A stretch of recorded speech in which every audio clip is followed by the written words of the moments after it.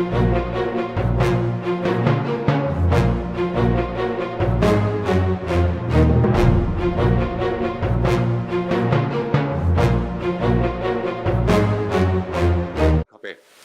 हिन कार्यक्रम जो समारोप लाइ डॉक्टर सुरेश बाबलाणी के निवेदन तो कयां त 2 मिनट हिते अचो। सम्मानित मंच, मुझे सामू वेठल भावरो भेनरो, दोस्तों असां मां सोसाइटीज़ केर केर हलाईंदा आहिनि। सोसाइटीज़ में केर केर पदाधिकारी अकेडमीज़ खां अलावा NCPSL खां अलावा जेके मेंबर्स आहिनि कंहिं सोसाइटी में एक्ट हूंदा हुजनि। ओके, तव्हां मां NGO पोर्टल ते कयो रजिस्टर्ड आहिनि नीति आयोग ते? NGO नीति आयोग ते रजिस्टर्ड ॾाढा घटि आहिनि। पहिरीं ॻाल्हि, असीं भाषा जे वाधारे जे लाइ नाटक सिनेमा जी जेको महत्व आहे उनखे मां घटि नथो कयां पियो, पर असीं बार बार जेको दरवाज़ो था खटखटायूं न उहो ग़लति था खटखटायूं। जेकर तव्हांखे नाटक सिनेमा डांस ड्रामा इन जे लाइ फाइनेंशियल असिस्टेंस खपे त गवर्नमेंट ऑफ इंडिया जी कल्चरल मिनिस्ट्री जी वेबसाइट आहे, उन में स्कीम्स आहिनि। उन्हनि स्कीम्स में कल्चरल प्रोग्राम्स प्रोडक्शन जी हिकु ग्रांट मिलंदी आहे। उन ग्रांट जे लाइ मां जॾहिं 2014 में अहमदाबाद में हुआसीं डायरेक्टर्स ड्रामा वर्कशॉप में, त मां चयो मां अखिल भारतीय सिंधी बहुभाषी नाट्य संध्या कराईंदुसि। मां उन जे लाइ अप्लाई कयो, एप्लीकेशन मुंहिंजी वापसि अची वई हली कि you are not registered on the NGO portal, you have not any PAN card and you have not enclosed the present office bearers list। मां उहा पूरी कई, NGO पोर्टल ते रजिस्टर्ड करायो एंड पैन कार्ड वरितो। पैन कार्ड वठी करे उनखे अप्लाई कयो।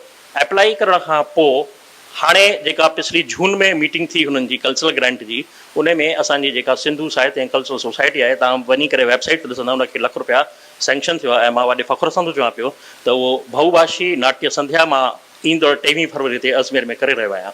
त असां कल्चरल मिनिस्ट्री में वञूं न, राजा बुंदेला रवि भैया पाण हलियासीं कल्चरल मिनिस्ट्री में, मां ऐं रवि गॾु वियासीं कल्चरल मिनिस्ट्री में। राजा बुंदेला हिकु फिल्म जो प्रोजेक्ट खणी करे उते कल्चरल मिनिस्ट्री वटि वेठो, खटाखट फ़ोन थियो ऐं उनखे मिली वियो। वरी हू वियो, शाम जो मां पुछियो पंहिंजी संस्कार भारती जे संगठना खां, तो चई राजा बुंदेला का काम हो गया। तो मुझे फिर सुरेश बाबलानी का काम क्यों नहीं हो सकता है? सुरेश बाबलानी जो भी कम थी वरी।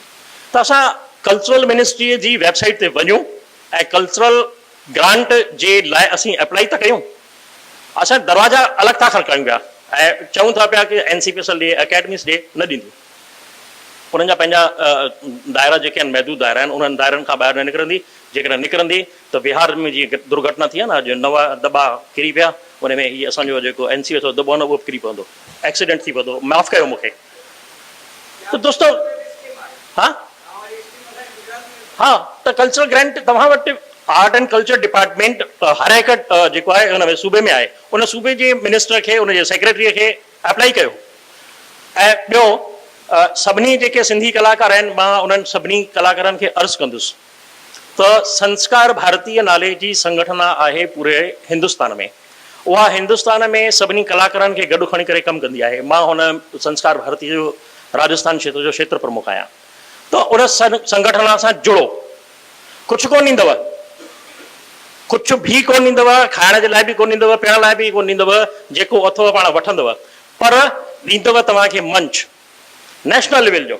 ऐं हिकु भेरो तव्हां कंहिं बि नेशनल लेवल जे कहिड़े बि मंच ते विया हली त तव्हांखे केर बि नथो रोके सघे। जेकॾहिं तव्हां में कला आहे, तव्हां पंहिंजी सिंधियत खे महफ़ूज़ था रखणु चाहियो ऐं तव्हां में सिंधियत आहे, तव्हां अनुवाद कयल नाटक न खणी अचो, महिरबानी कयो।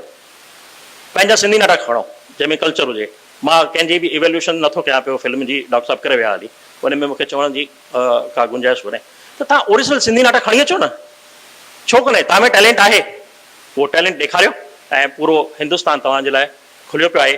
संस्कार भारती में कंहिंखे बि किथे बि ज़रूरत आहे, हीउ बंदो तव्हांजे लाइ मौजूदु आहे।